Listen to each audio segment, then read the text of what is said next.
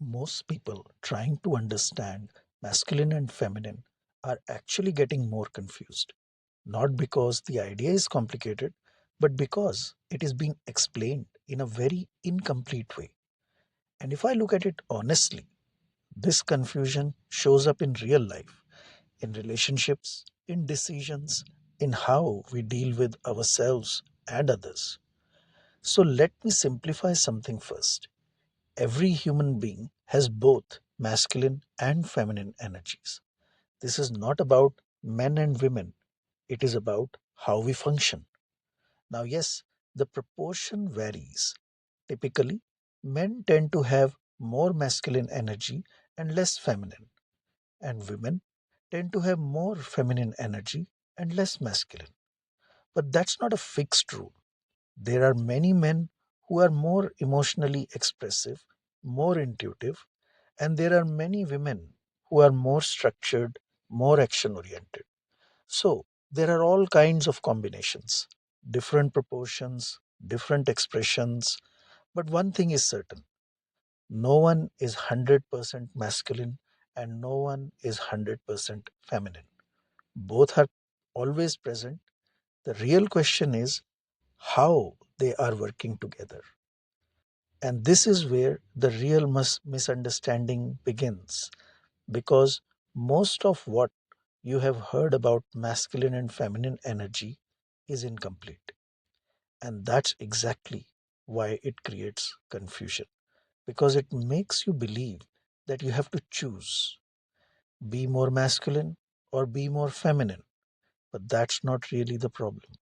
Masculine and feminine are two ways in which you function. Masculine is about direction, logic, structure, action. Feminine is about emotion, intuition, flow, connection. Both exist within you, both are necessary. Now, here is where things start to go wrong.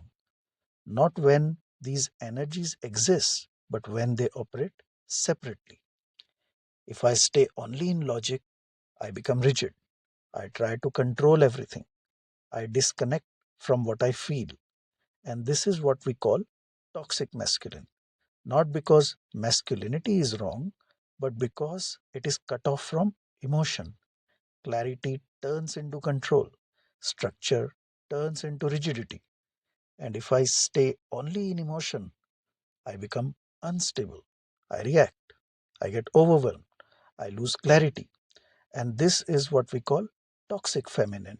Not because femininity is wrong, but because it is cut off from clarity. Sensitivity turns into instability. Connection turns into dependency.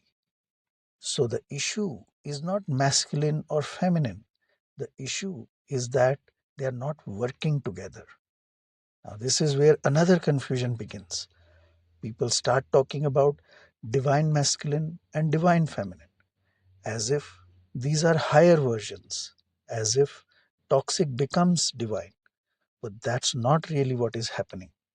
Because in reality, there are not two divine energies, there is only one integrated state. We use the word divine masculine and divine feminine only to describe it, but what they are pointing to is the same thing: a state where your thinking and your feeling are no longer in conflict. And when that happens, something changes.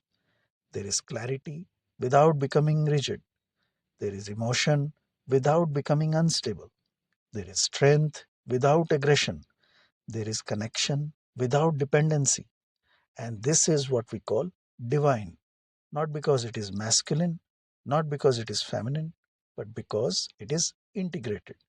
So the goal is not to become more masculine or more feminine. The goal is to become whole. Because once that happens, you are no longer choosing between logic and emotion. You are able to use both. And when that happens, life starts to feel less confusing, less conflicting, more aligned. These are echoes of a karma.